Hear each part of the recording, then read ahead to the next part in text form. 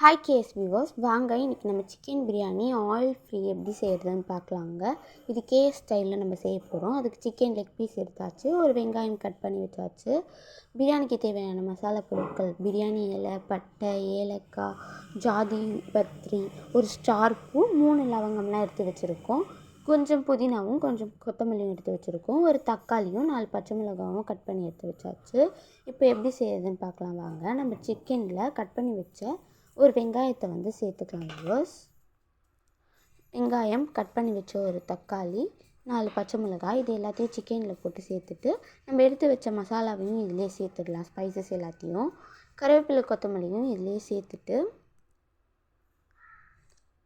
இப்போது ஒரு 1/4 table spoon அளவுக்கு மஞ்சள் தூள் சேர்த்துக்கலாம் வியூவர்ஸ். அப்புறம் கல்லுப்பு சேர்த்துக்கலாம். சேர்த்துட்டு இதை மூடி போட்டு 2 விசில் விட்டு எடுத்துக்கலாம் வாங்க. நம்ம சிக்கன் வெட்டோம் வியூவர்ஸ். அதுக்குள்ளே நம்ம அரிசி எப்படி உல வைக்கிறதுன்னு பார்க்கலாம் வாங்க. பாஸ்மதி ரைஸை நல்லா வாஷ் பண்ணி அதை உல வைக்கிறோம். இது கூட நம்ம வாசனை நல்லா இருக்கணுன்றதுக்காக ஒரு கைப்பிடி அளவுக்கு புதினாவையும் ஒரு சின்ன ஏலக்காவையும் சேர்த்துக்கலாம் வியூவர்ஸ். அப்புறம் ஒரு 2 லவங்கம் சேர்த்துக்கோங்க. ஒரு சின்ன பீஸ் பட்டையும் இது கூட சேர்த்துக்கலாம். நம்ம மசாலா எல்லாத்தையும் சேர்த்துட்டு இதை அரிசி உடையாமல் லைட்டாக கலந்து விட்டுக்கலாம். அப்போ தான் ஃப்ளேவர் எல்லாமே ரைஸில் ஊறி சூப்பராக வரும். இப்போ சிக்கன் வெந்துருச்சு. நம்ம அதோட சூப் தண்ணியை மட்டும் வடிகட்டி எடுத்துக்கலாம் வியூவர்ஸ்.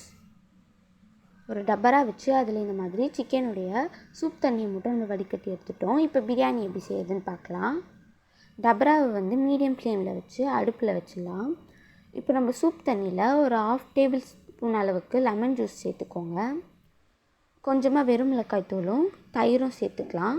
ஒரு 2 டேபிள் ஸ்பூன் அளவுக்கு இஞ்சி பூண்டு பேஸ்ட் சேர்த்துக்கலாம் வியூவர்ஸ். கேஸ் பிரியாணி மசாலா வீட்டிலே ப்ரிப்பேர் பண்ணது ஒரு 1/2 டேபிள் ஸ்பூன் சேர்த்து எல்லாத்தையும் நல்லா மிக்ஸ் பண்ணி விட்டுடலாம்.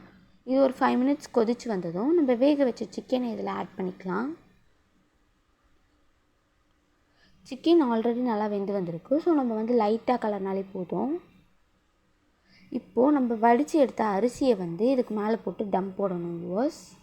அரிசி இந்த மாதிரி நல்லா பரப்பி விட்டுட்டு ஃபுட் கலர் வேணுன்றவங்க ஃபுட் கலர் ஆட் பண்ணிக்கலாம். நம்ம இன்றைக்கி ஃபுட் கலர் ஆட் பண்ணுறோம். இந்த மாதிரி நீங்கள் கரண்டியோட பின்பக்கத்தை வச்சு லைட்டாக கலந்து விட்டுக்கோங்க. அப்போ தான் ரைஸில் அரோமா நல்லா ஊறி வரும். சிக்கனோட அரோமாவும் நம்மளுடைய மசாலாவுடைய அரோமாவும் இது மாதிரி கலந்து விட்டுட்டு மூடி போட்டு ஒரு 5 மினிட்ஸ் விட்டுடலாம். 5 மினிட்ஸ் கழித்து இந்த மாதிரி ஆவி வரும்போது ஓப்பன் பண்ணிவிட்டு நெய்யில் வறுத்த முந்திரி பருப்பை இதில் சேர்த்துக்கலாம் வியூவர்ஸ். இப்போது நம்ம டம் போடணும்.